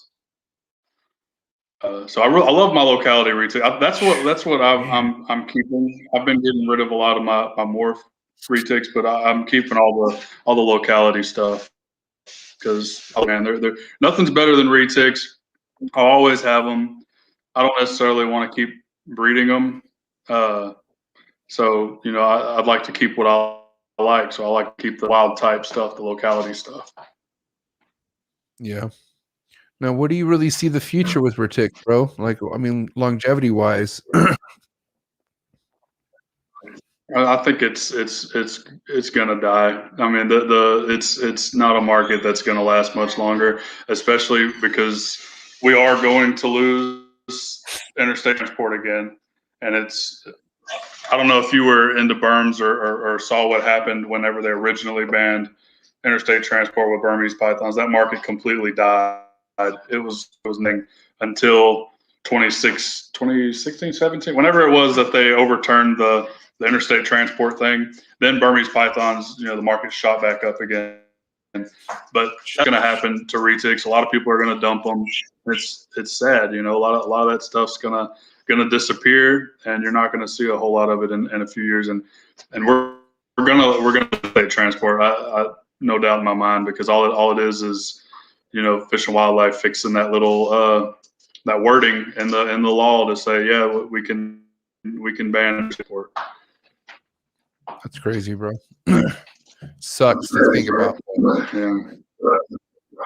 Yeah, it does. It really does.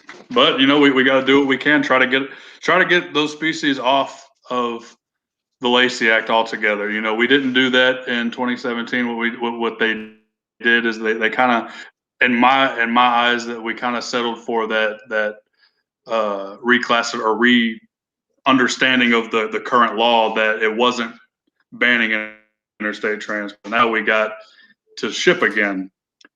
But I feel like we should have fought to get, you know, retics, berms, anacondas off of this list. And I really feel like that should be a goal of USARC. That should be something that they should be pushing. I don't know that it's going to happen, but I'd love to see them try for that, and I'd love to see for them to push for that to happen. Yeah, man. I mean, we can only hope for the best with that. That's for sure. Shitty, but we'll see what happens, you know. Mm-hmm. All right, so Blake, I gotta ask you, okay? With the shows like Texas, excuse me, Texas is now open back up, right? So Arlington is going to be in 2 weeks or something like that, 3 weeks, right? Are you going to be vending that show? Yeah, 3. No, I don't vend that one.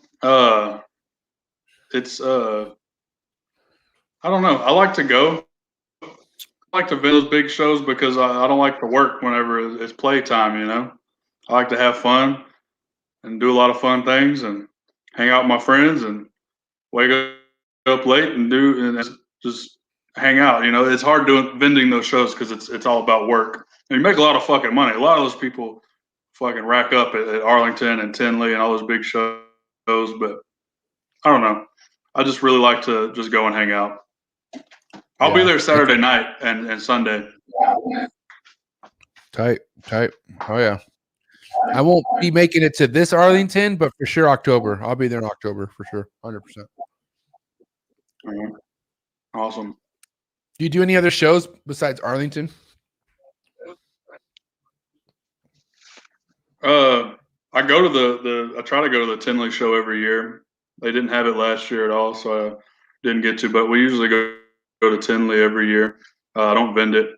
I vend a lot of the herps shows, the Houston Exotic Reptile and Pet Show. Those are all in a lot of shows. They do Louisiana. They do one in Colorado, Oklahoma, Missouri. So I do a lot of those shows. That's pretty much the only show I vend are the herps run shows. Okay, cool. Now, as far as longevity with the shows, I mean, I feel like with, you know, snake sales and shit over the past year with COVID, it has been crazy. Like people have been buying snakes left and right off Morph Market and shit. But do you feel like that's going to affect the sales at the shows at all? Shows have been really, really fucking good, especially when it's in areas that, you know, have been closed for so long. When they open up, all these people are excited to go fucking do something. They're with their families and they got all this fucking them stimmy checks and they just want to fucking spend them. We've been doing amazing at shows, you know, and I actually can't even like keep up with any inventory, you know, because everything sells so fucking quickly lately. And like you said, you know, online sales been through the roof.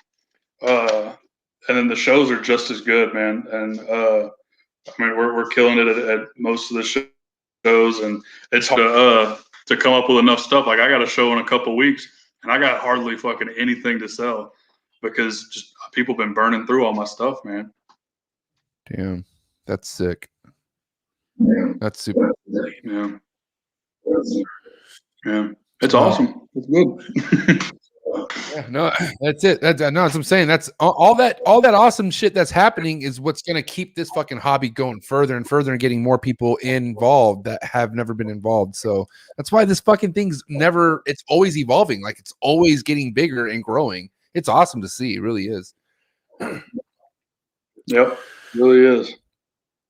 Now, okay, I want to get to a topic here because I don't think a lot of people understand that shit could happen at any minute unexpectedly. And being in Texas, you guys recently got fucking hit by a disaster weather storm that fucking really, really, really put you guys in a fucking fucked up place. Is that right?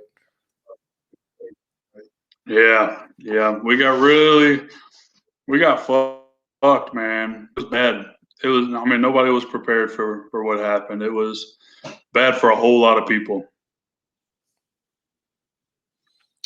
Did you lose anything or what was the outcome with that?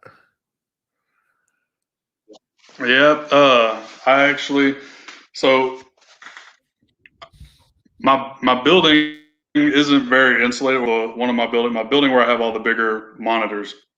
So I have a building for the smaller lizards and the babies, and I have a building for the snakes, and then I have a building for my monsters during the wintertime when they can't be outside. And the building with the monitors is basically a big metal shell, and the walls are like insulated with like that roll up insulation, but the ceiling there's no insulation at all. Right. And so whenever that ice storm hit, it got colder here than it's ever fucking been in my entire life. I'm seeing any fucking temperatures like that. I was not fucking prepared in the least. So that building with the monitors, it got cold, dude. I was in there in the middle of the night whenever it was, like 0 degrees outside, and I could see my breath in the building, and there was just nothing I could do. I had propane heaters running. I had regular heaters running. It wasn't even, a lot of people lost power. I had generators and everything. I was good with power. It was just the whole fact that I could not keep the building warm. I've never had to deal with that kind of weather. I've never had to have that much insulation on my building, and I just could not keep the building warm no matter what I did. And eventually, I got to get these lizards out of this building. I got to put them somewhere where I can actually eat. And everything was closed because there's an ice storm. So it was finally when Walmart opened up for the first time. I hauled ass down there and I got a bunch of totes and I put all my lizards in totes, and some of them weren't responsive. Some of my older lizards, and I thought maybe they'll warm up and they'll be okay. And I got everything into a room and I heated the room up, and a lot of them come back, but I did lose a few. I lost my biggest male high contrast water monitor. I'm sure if anybody knows me or has followed anything that on Facebook, Instagram, they've seen this big 7-foot high contrast water monitor. And is it this one? Is it this one? Is it this one? Yes. Oh, shitty. So I lost that male. So that really hurt because he's just a big, sweet lizard. He was amazing. He was just an incredible animal. And I lost him, and I lost a female high contrast that was actually gravid that he had been breeding. And that one actually belonged to a friend of mine. And that one didn't, that female didn't belong to me. It was here on breeder loan. So that really sucked. And then I had my adult male sulfur water monitor. He was a young adult, but he was adult male sulfur water monitor. He died. And one of my black throats, so one of my smaller black throat monitors, didn't make it either. And it just, I did everything I could. I just wasn't prepared, man. It was something that it's never happened. I've never had issues with that building getting too cold. It's always been, it'll get, in the 40s some nights, but then every day during the day, it's back in the 60s or 70s. And even when it's in the 40s, that building, I could keep, 75 degrees. I could keep it warm enough. But Right. Dude, it got down to 0, and it's just, I could see my breath in the building, and the monitors. I didn't want to open the cage doors because I didn't want to let the heat out from the lamps and stuff. But they weren't even by the basket. Like all of them were on the fucking cold sides of the cage. I don't know what they're doing, but every single lizard was on the cold side of the enclosures, and it just and there's nothing I could do about it. It was horrible. Well, I'm sorry to even bring it up, but I just know that it is something that people need to fucking understand, that this shit does happen. Like you just always got to do what you can to fucking, be prepared. And now I'm sure, obviously, after, Texas getting hit with something like that, I'm sure you have a, some sort of a game plan, right? If something like that were to happen again. Absolutely, man. We're definitely planning on, we were planning on moving to that larger facility we talked about earlier, but now, I'm definitely going to do something. If somehow we get that place back, or another place, or if I have to build something, I'm going to do it. I'm going to make sure, we have the ability to withstand something like that, or withstand, a power outage during a hurricane. Because I live on the Gulf, so we get slammed by hurricanes all the time, and we lose power for a week at a time. But I'm gonna prepare for anything, and that was really a big wake up call that you got to prepare for the worst, and it just now and I'll definitely make sure that I don't get caught with my pants down again.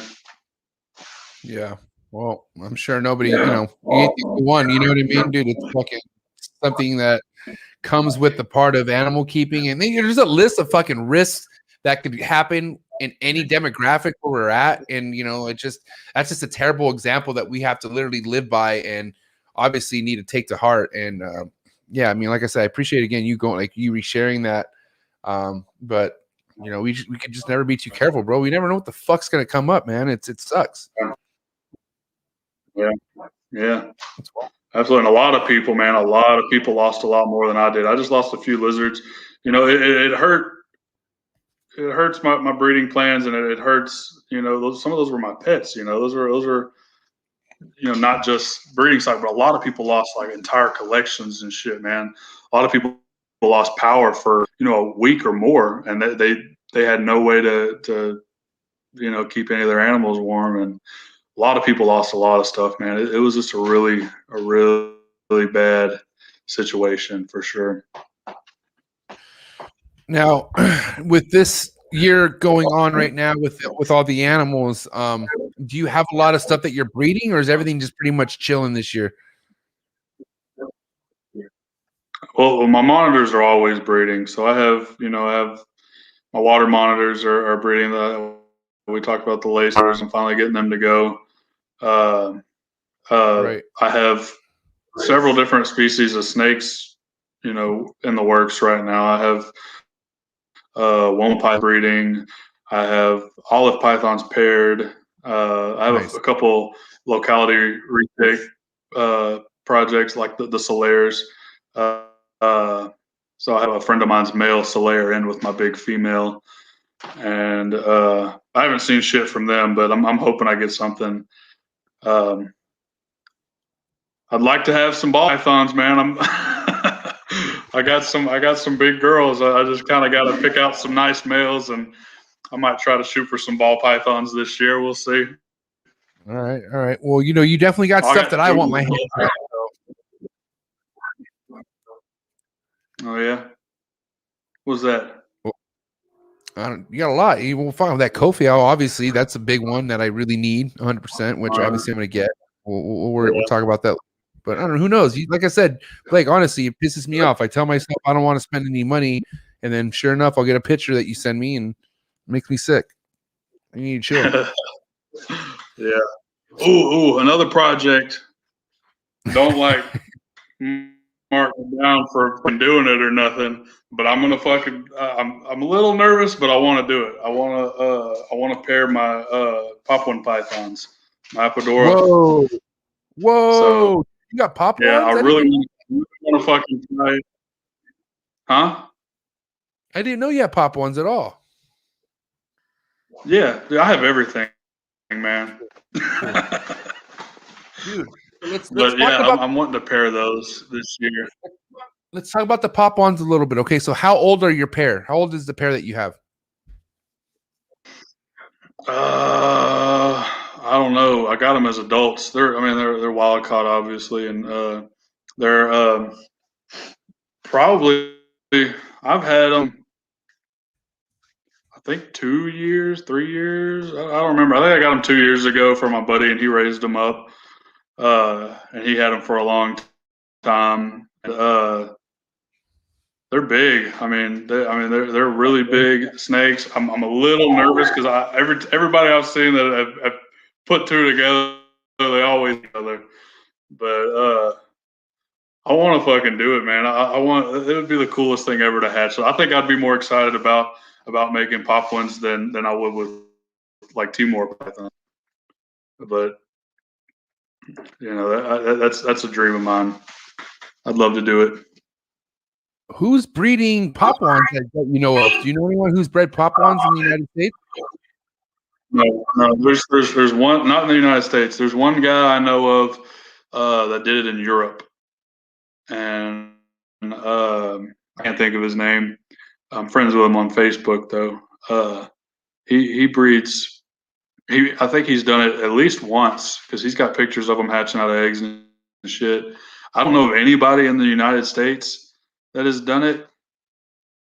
You know, that's huge. That's a species that not a lot of people work with them. No, I love them. I think they're incredible. I think they're one of my favorite ones. You always hear stories of the females eating the males all the time, and that's why people can't get them to breed. Yeah. Well, my male's a lot bigger than my female. Not a lot, but he's big. So yeah, so he'll probably eat her ass. But yeah, that's something I'd love to give a try. And of course, I'd love to do my Timors. Is it common for the male to eat the What? female? I've always heard stories of the female eating the male. I don't know. I just they like to eat each other. I'm sure whichever the bigger one is always the one that eats the other. But I just know it's real hard to get them to breed. I'm assuming you just got to make sure that female's cycling if she's got fall or something, and throw them in there and just fucking watch them. Has to be the perfect timing from what I understand. Like it has to be like literally that perfect timing where the female don't want nothing to do with food, but she wants to get, she wants to go to Pound Town. You know what I mean? Yeah. I mean, them snakes are they're like the most badass snakes. When you get them big wild caught ones, they got scars all over them and shit because they're like out there trying to eat fucking crocodiles and scrub pythons, and they're eating every fucking thing in the world out there, man. And they're just getting their ass torn. They don't give a fuck. They're just badass fucking snakes ever. And man, I'd love to be able to see babies hatching out of eggs. That would be the most amazing thing ever. Yeah, I'm lucky enough to have a young pair that I've been raising up since pretty small, man. I mean, they've been here for over 2 years now, and I got them pretty small from Dan Moray from DM Exotics. I've been raising them up. The male's always been kind of fucking aggro, and he calms down when you start holding him. But other than that, he's kind of an aggro. But the female is really, really nice and chill. And I was kind of thinking, just like while I clean their tubs and shit, maybe taking them out together and just seeing how they react side by side, and just kind of see what the natural reaction would be. If they would even give a fuck about each other or not. Yeah. So, but I'm also like, obviously they're nowhere near ready to breed, so I'm also like not in a rush. But yeah, it's really gonna be the day, bro, when I introduce my pop ones. I'm literally gonna lose my shit. I introduced my false water cobras, which I thought that was gonna go to shit because those things are fucking nuts. I don't know, bro. Jesus Christ, they're nuts. Yeah, dude, I have some of those. I love them.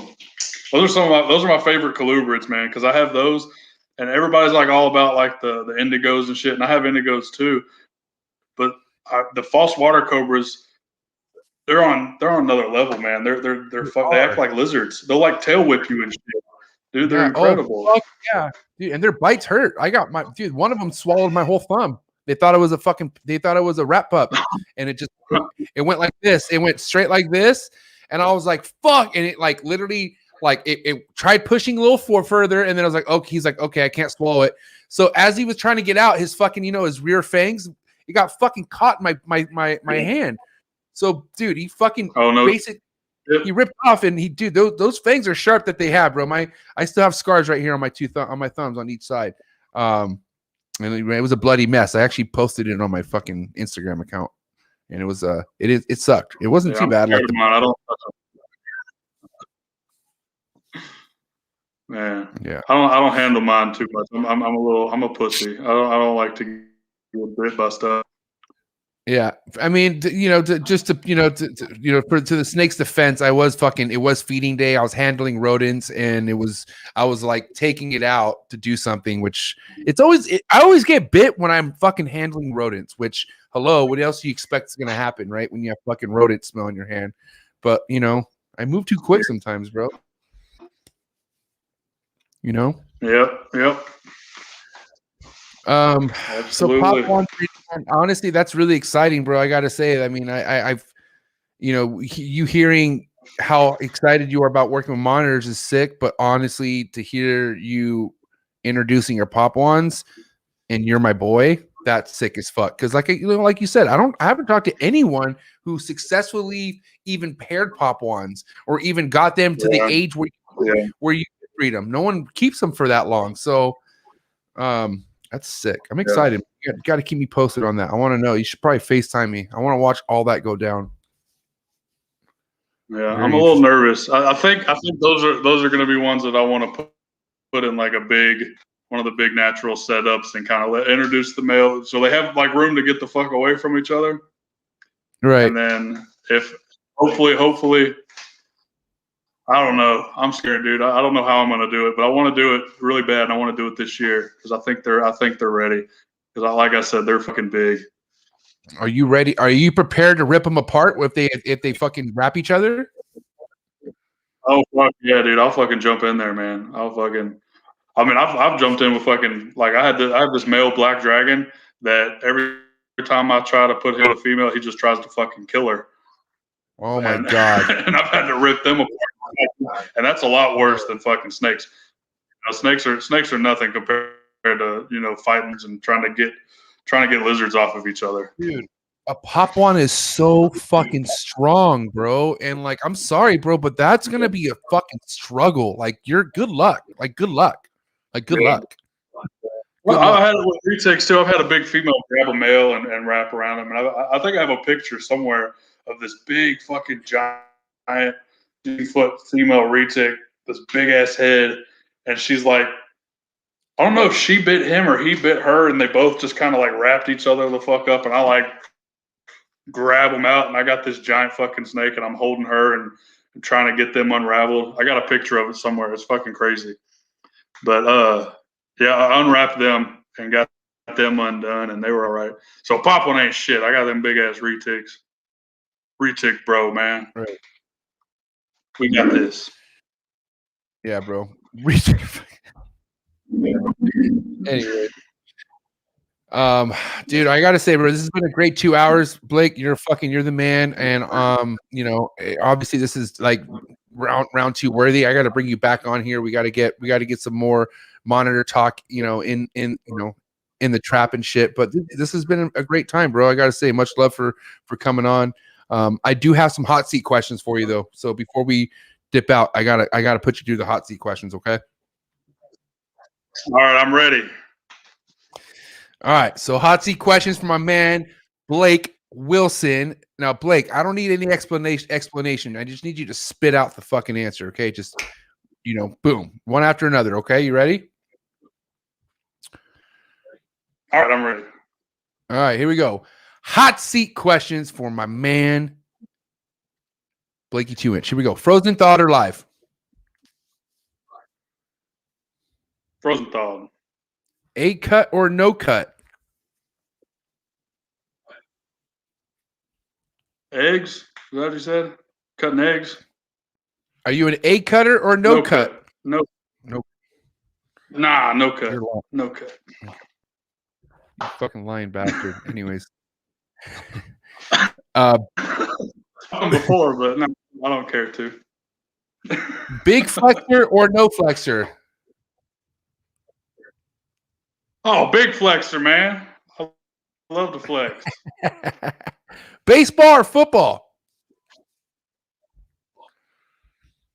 I don't know. I don't fucking give a shit about either. Just pick one. Baseball.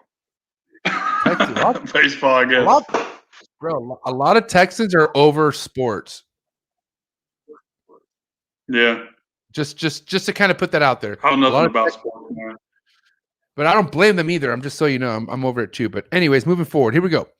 Steak or fish? What kind of fish, man? Steak. I don't know. Steak. Steak. Okay, steak. Cool. Van Halen or Sammy Hagar? All right, Van Halen. Elvis or Willie Nelson? Elvis. I love you so much. I don't know. Willie Nelson. I don't know. That's a hard one, man. I don't know. You're a sick bastard. You're the I like worst. them both. You can't do that. That's not how it works. You're fucking this up. That's too hard. Okay. Little word association. First thing to come to mind. Milk. Titties. Cocoa. Cocaine. Stuck shed. Do what? Stuck shed. Water.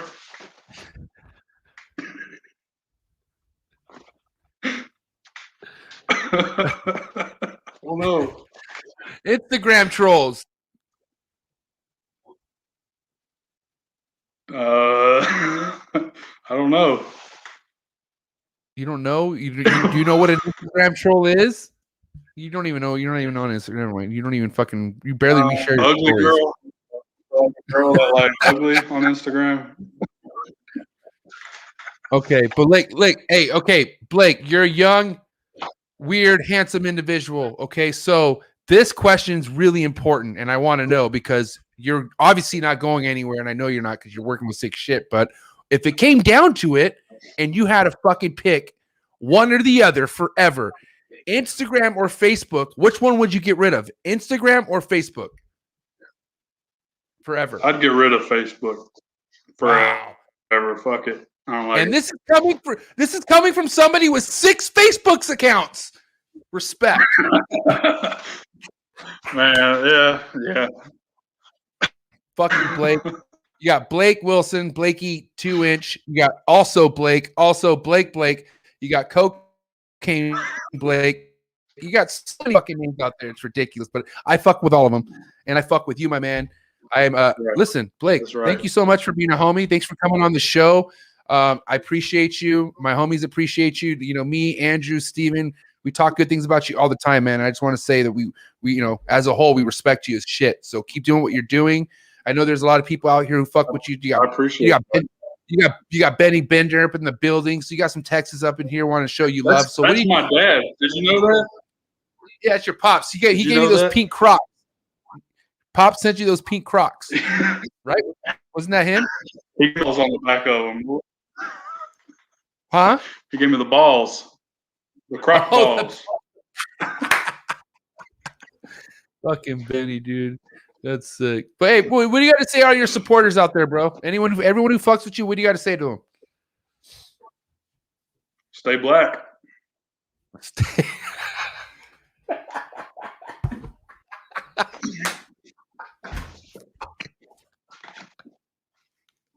Blake Wilson, ladies and gentlemen.